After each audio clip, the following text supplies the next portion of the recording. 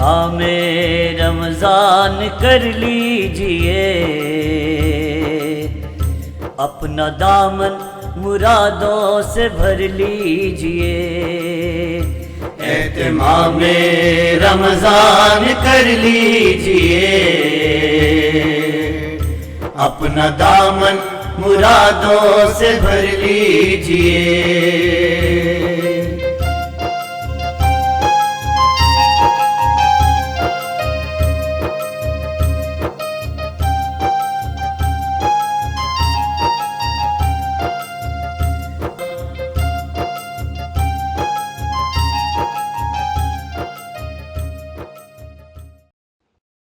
الحمد للہ رب العالمین، الصلاۃ والسلام علی سید الانبیاء و اشرف المرسلین وعلی آلہ واصحابہ اجمعین، اما بعد فاعوذ باللہ من الشیطان الرجیم، بسم اللہ الرحمن الرحیم۔ رب اشرح لی صدری ویسر لی امری واحلل عقدۃ من لسانی یفقہوا قولی، اللہم صلی علی سیدنا شفیعنا حبیبنا و مولانا محمد وبارک وسلم۔ ناظرین و سامعین، پروگرام اہتمام رمضان کی آج کی نشست کے ساتھ آپ کا میزبان محمد امجد علی حاضر خدمت ہے۔ ناظرین کرام، اسلام میں جماعت کا تصور ہے۔ بہت کم جگہ دیکھا جائے گا جو نظم اسلام میں پایا جاتا ہے۔ جماعت کا جو تصور ہے، جماعت کے ساتھ صفوں کا بھی تصور آتا ہے۔ صفیں باندھنے کا حکم دیا گیا ہے ہمیں، اور صف میں کون کھڑے رہے گا کون نہیں، اس بارے میں بھی وضاحت سے بیان کیا گیا ہے۔ آج کل یہ دیکھنے میں آ رہا ہے کہ جیسی صف بندی کا تصور ہے ویسا نہیں ہو پا رہا ہے۔ تو آج ہم نے اس بات کو موضوع کیا کہ صف کیسی ہونی چاہیے، اور صف اگر نہیں ہوئی تو اس کا نتیجہ کیا ہو سکتا ہے۔ ہمارے ساتھ ہمارے ہر دل عزیز معزز مہمان مولانا پروفیسر محمد مصطفیٰ شریف صاحب، جو کہ سابقہ دین شعبہ عربی جامعہ عثمانیہ سے ریٹائرمنٹ کے باوجود کافی درس و تدریس کا سلسلہ جاری ہے۔ ماشاءاللہ مولانا سے ہزاروں کی تعداد میں طلباء مستفید ہو چکے ہیں، اور یہ استفادے کا سلسلہ جاری و ساری ہے۔ تو ہماری یہ خوش نصیبی ہے کہ ایسی عظیم شخصیت ہمارے ساتھ موجود ہے۔ مولانا، آپ کا تہ دل سے اسٹوڈیو میں خیر مقدم کرتا ہوں۔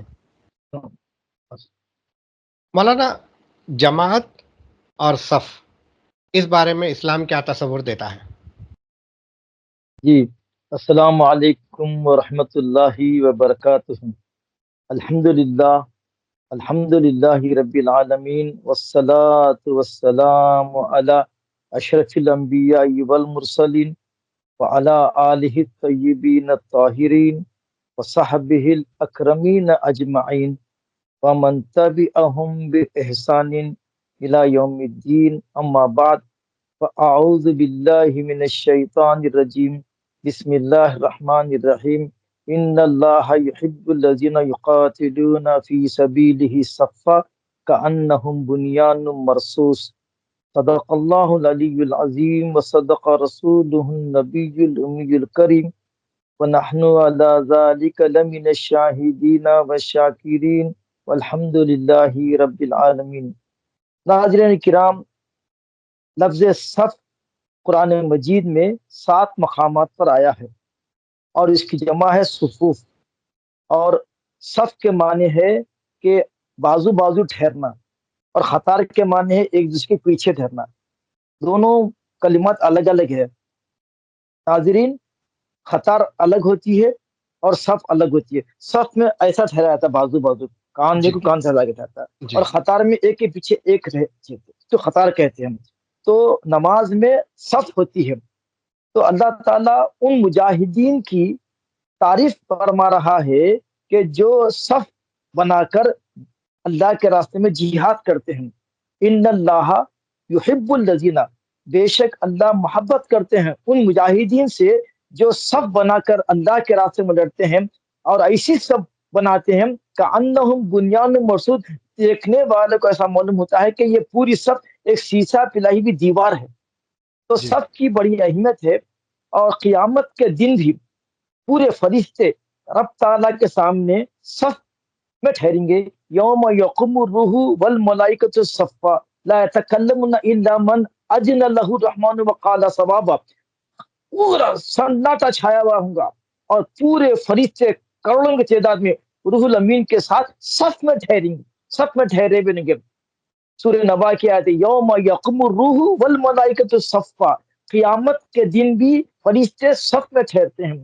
اور آپ کو معلوم ہے قیامت کے دن نہ صرف فرشتے بلکہ سارے انسانوں کو اللہ تعالیٰ ساری امتوں کو صف میں کھڑا کرے گا. احادیث میں آیا ہے کہ پورے انسانوں کو اللہ تعالیٰ 120 صفوں میں جمع کرے گا. کتنے؟ 120. 120 صفوں میں. جی سب کا مطلب ایسا نہیں کہ وہ سب مشرق سے مغرب، اس میں کروڑوں جو ہے انسان آئیں گے. اللہ جی تعالیٰ کی صف ہے، قیامت کی صف ہے وہ. جی تو 120 صفوں میں پورے انسانوں کو جمع کریں گے. آپ کی اطلاع کے لیے ہم لوگ خوش نصیب ہے کہ اللہ تعالیٰ نے ہم کو اپنے محبوب حضرت محمد مصطفیٰ صلی صلی اللہ اللہ علیہ علیہ وسلم کی امت سے پیدا کیا. آپ کو معلوم ہے احادیث میں آیا ہے کہ پورے انسانوں کو اللہ تعالیٰ 120 صفوں میں کھڑا کرے گا، جس میں 80 سب حضور کی امت ہوں گے، سبحان اللہ. 80 سب، اور باقی 40 سب دوسری امتیں ہوں گی. جی تو یہ ہے حضور صلی اللہ علیہ وسلم کی امت کی فضیلت اور سب کا مقام. تو آپ نے جس کا انتخاب کیا ہے بہت ہی اثر حاضر میں بہت ہی اہمیت کا جو ہے موضوع ہے، اور اس طرف بہت کم توجہ دی جا رہی ہے. حدیث شریف میں ہے کہ عقیب کے ان کے سووا صفوفکم، حضرت انس سے روایت ہے، سووا صفوفکم فإن اقامت الصلاۃ اقامت الصلاۃ فإن تسویۃ الصفوف من اقامت الصلاۃ، کہ صفوں کو سیدھی کرو کیونکہ نماز کی تکمیل صفوں کی درستگی میں ہے. اور قرآن مجید میں ہے وَأَقِیمُوا الصَّلَاةَ، نماز کو قائم کرو. مطلب کیا؟ نماز کو اس کے آداب کے ساتھ، اس کے شرائط کے ساتھ، اور صفوں کو سیدھا کر کے پڑھو. صفوں میں اگر ٹیڑھا پن آ جائے گا تو حدیث میں ہے کہ اگر تمہاری صفوں میں ٹیڑھا پن آ جائے گا تو اللہ تعالیٰ تمہارے دلوں کو ٹیڑھا کر دے گا. اور صفوں میں انتشار ہوگا تو امت میں انتشار ہوگا، کیونکہ قالب کا اثر قلب پڑتا ہے. جب ہم صفوں میں منتشر ہے تو ہمارا دل بھی منتشر ہوگا. جب صفوں میں ہم مل کر ٹھہریں گے تو ہمارا دل بھی ملے گا اور ہمارا جسم بھی ملے گا. تو صف کے بارے میں باضابطہ ایک مشکات میں احادیث کی کتابوں میں ایک چیپٹر ہے. مشکات میں ایک باب ہے، باب تسویۃ الصفوف، صفوں کے برابر کرنے کا باب. اس میں تقریباً 25 سے 30 احادیث ہے سب کی درستگی میں. اور صف کی جیسا کہ آپ نے اپنی تمہیدی کلمات میں آپ فرمایا کہ صف کیسا ہونا، پہلے صف میں کون ٹھہرنا، پھر کون ٹھہرنا، پھر کون ٹھہرنا، اور صف کی سیرت درستگی کیسا ہونا، یہ تمام باتیں باب تسویۃ الصفوف میں آئی ہیں. تو عرض کرنا یہ ہے کہ پہلی بات یہ ہے کہ صف بندی نماز کے شرائط میں سے ایک شرائط ہے، جی اور نماز کی خوبی اور نماز کی تکمیل صف بندی سے ہوتی ہے. جب صفوف تیار ہوتے ہیں تو آپ صلی اللہ علیہ وسلم کا پہلے جب شروع میں نماز کی تاکید آئی، ورکعوا مع الراکعین کا حکم آیا کہ جماعت سے نماز پڑھو، تو آپ صلی اللہ علیہ وسلم صحابہ کے کندھے پکڑ کر اپنے دستے مبارک سے صحابہ کے کندھے پکڑ کر ٹھہراتے تھے. اس کے بعد پھر فرماتے تھے دیکھو میں جیسا آگے دیکھتا ہوں، میں جیسا سامنے دیکھتا ہوں ویسے میں پیچھے بھی دیکھتا ہوں. یعنی تم صفوں میں انتشار مت پیدا کرو، صفوں میں مل کے ٹھہرو. یہ مت سمجھو کہ میں سامنے دیکھتا ہوں اور پیچھے نہیں دیکھتا ہوں، مجھے سامنے کی بھی خبر ہوتی ہے، پیچھے کی بھی خبر ہوتی ہے. تو اس سے معلوم ہوا کہ آپ صلی اللہ علیہ وسلم کا جو علم کیسا ہے. آپ سامنے بھی دیکھتے ہیں، پیچھے بھی دیکھتے ہیں، قریب سے بھی دیکھتے ہیں، دور سے بھی دیکھتے ہیں. تو یہ سب آپ صلی اللہ علیہ وسلم کے معجزات میں تھے. تو عرض کرنا یہ ہے آپ نے تاکیدی کلمات فرمایا کہ تم صف بندی اختیار کرو، نماز میں صفوں میں درستگی پیدا کرو اور صفوں میں خلل پیدا مت کرو، کیونکہ حضور فرماتے ہیں شیطان تمہارے صفوں میں بکری کے بچے کی شکل میں آ کے گھس جاتا ہے اور تمہاری نمازوں میں خلل پیدا کرتا ہے. تو آپ صلی اللہ علیہ وسلم پہچانتے تھے کہ بکری کا بچہ نہیں ہے بلکہ شیطان کا بچہ ہے، وہ شیطان ہے. سرکار کو اس کا بھی علم تھا. تو صفوں میں ہوتا یہ ہے کہ ہم جیسے آپ تمہیدی کلمات فرمائے کہ صف کے کھڑے رہنے میں اہتمام نہیں کرتے، جہاں جگہ ملی ٹھہر جاتے اور دو مسلم کے درمیان جگہ رہتی، تو ایسی جگہ سے خلل سے کیا ہوتا، دلوں میں انتشار پیدا ہوتا۔ تو آپ صلی اللہ علیہ وسلم فرماتے ہیں کندھے کو کندھا لگا کے ٹھہرو۔ آج کل جماعتوں کا ایک فیشن چلا کہ وہ جو ہے ٹخنوں سے ٹخنے ملا رہے ہیں، جبکہ احادیث میں کندھوں سے کندھوں کو ملانے کی بات آئی ہے۔ اور آپ دیکھیے اگر ہم ٹخنوں سے ٹخنے ملانے کی ہم جب بات کریں گے تو کیا کندھے ملتے ہیں ہمارے؟ کندھے ملنا ہے، کندھے ملنے سے دل ملتا ہے۔ اور جی حدیث شریف میں کیا ہے، تم میں خیارکم الذین الینکم مناکبین، کہ تم میں بہترین شخص وہ جس کے کاندھے کا نرم ہو، جس کے کاندھے نرم ہو۔ ہم دیکھتے ہیں کہ احناف کی نماز میں کاندھے گرے ہوئے نرم ہوتے ہیں، اور آج کل جو جماعتوں کے جو لوگ نماز پڑھ رہے ہیں کاندھے اٹھے ہوئے ہیں، اور یوں اٹھے ہوئے نہیں، کاندھے گرے ہوئے ہونا۔ اور اس جی کا مطلب یہ بھی ہے کہ اگر فرض کیجئے سب پیچھے پوری سب مکمل ہو گئی اور ایک صاحب مسلی آئے تو ایک آدمی کی صف نہیں ہوتی، تو کیا کر سکتے ہیں انہوں، سامنے والی صف سے مسلی کو پیچھے لا سکتے ہیں تاکہ سب پوری ہو جائے، یا جی پھر وہ خود آگے بڑھ جائے، مگر آگے کی صف میں جگہ نہیں ہے تو پیچھے سے آپ سب لا سکتے۔ کیا مطلب ہے، تو کوئی مسلی کو اگر کوئی شخص پیچھے آنے والا، بعد میں آنے والا، پہلی صف سے اگر کسی کو کھینچ کے لانا چاہ رہا تو وہ اکڑنا نہیں، اڑنا نہیں، غصے میں نہیں آنا، بلکہ سمجھ جانا کہ یہ میرے بھائی کو سب کی ضرورت ہے، اسی لیے وہ شاید میرے کو پیچھے لا رہے ہیں، تو خاموشی سے مونڈے گرا کے خاموشی سے ان کے بیچ آ کے ٹھہر جانا، جی یہ ہے۔ تو آج کل کیا ہو رہا، بالکل الٹا ہو رہا۔ ذرا اگر آپ سیدھا کرنے کی کوشش کریں تو نماز پڑھنے میں کیا صاحب آپ کیا سمجھے، کیا ہاتھ لگا ہے، تو یہ سب کیا ہے، جہالت ہے، کم علمی کی باتیں ہیں۔ تو سب کو پورا کرنا ضروری ہے۔ اور آپ نے صحیح کہا کہ آج کل سب کے اہتمام میں سب تو بنتی ہے، پہلے سب درست نہیں ہوتی، سب بنتی بھی ہے تو کیا ہوتا، اس میں چھوٹے بچے، بڑے بچے، آدمی اور سب ایک ہی اس میں ٹھہراتے، بلکہ ہمارا مشاہدہ ہے کہ بعض نوجوان جو ٹوپی نہیں پہنتے، جن کا لباس جو برابر نہیں ہوتا، ہمارے یہاں پر رام کرشنا مٹھ میں کلاسز ہوتے انگلش کے، فارن لینگویج کے، آپ کو معلوم ہے اندرا پارک کے نیچے رام جی کرشنا مٹھ، تو وہاں پر ہاف آستین پہن کے آنا منع ہے، ہاف سلیو پہن کے آتا تو ان کے کوڈ آف کنڈکٹ خلاف ہے، بچے کو بھیجے تھے اس طرف۔ تو اچھا یہاں جب کرشنا مٹھ میں یہ اہتمام ہے کہ لباس کا یہ کوڈ ہے اور ڈیکوریٹ اس کا ڈریس کوڈ ہے، اور یہ تو اللہ کا دربار ہے صاحب، ہاف آستین اور پیچھے سے یہ اگر سجدہ کریں تو بٹک دی رہے ہیں، اور پھر خواہش کیا ہے کہ مؤذن کے بازو ٹھہرنا۔ ہوں آپ یہ دیکھیں ہوں گے نوجوان جو ہے نہ ان کے سر پہ ٹوپی ہے، نہ ان کا جو ہے لباس برابر ہے، اور ان کا نہ پینٹ برابر ہے، بس آ کے مؤذن کے بازو ٹھہرنا، جبکہ آپ صلی اللہ علیہ وسلم فرماتے ہیں میرے قریب وہ لوگ ٹھہرے جو تم میں سب میں زیادہ فقیہ ہو، عالم ہو، علماء فقہا میرے قریب ٹھہرے، پھر اس کے بعد اس سے کم علم والے ٹھہرے، پھر اس کے بعد کم علم والے ٹھہرے، تاکہ میرے صحابہ جب میری نماز کو دیکھیں گے تو تم صحابہ کی نماز کو دیکھیں گے، صحابہ کی نماز کو تابعین دیکھیں گے، تابعین میں تابعین دیکھیں گے۔ اس طرح سے حدیث شریف میں کہ سلو کما رأیتمونی اصلی، حضور فرماتے ہیں تم نماز ایسی پڑھو جیسا کہ تم مجھے نماز پڑھتے ہوئے دیکھے۔ اب ہم اپنے پیر کو دیکھیں، ہم اپنے استاد کو دیکھیں، وہ اپنے پیر کو دیکھے، وہ اپنے استاد کو دیکھے، وہ ہوتے انہیں تبع تابعین کو دیکھے، تبع تابعین تابعین کو دیکھے، تابعین صحابہ کو دیکھے، صحابہ حضور صلی اللہ علیہ وسلم کو دیکھے، تو جی کتنا دیکھیے چین بنے ہوا ہمارا، کتنا زبردست مستحکم نظام ہے ہوں نماز کا اور سب بندی کا، اور اتنی اہم چیز کو ہم بالکل جو ہے لائٹ لے رہے ہیں، اور صفوں کے زمانے میں اس کا اہتمام نہیں کریں۔ تو عرض کرنا یہ ہے کہ پہلی صفوں میں پہلے مرد حضرات ٹھہرے، صفوں میں پہلے مرد حضرات، اچھا جیسے اگر بڑی مسجد ہے 4 صفیں تو ٹھیک ہے، 4 صفیں ہیں تو 4 صفیں مردوں کی ہوں گی، اس کے بعد صفوں بچوں کی صف ہوگی، اس کے بعد مخنثوں کی صف ہوگی، اور آخر میں عورتوں کی صف ہوگی۔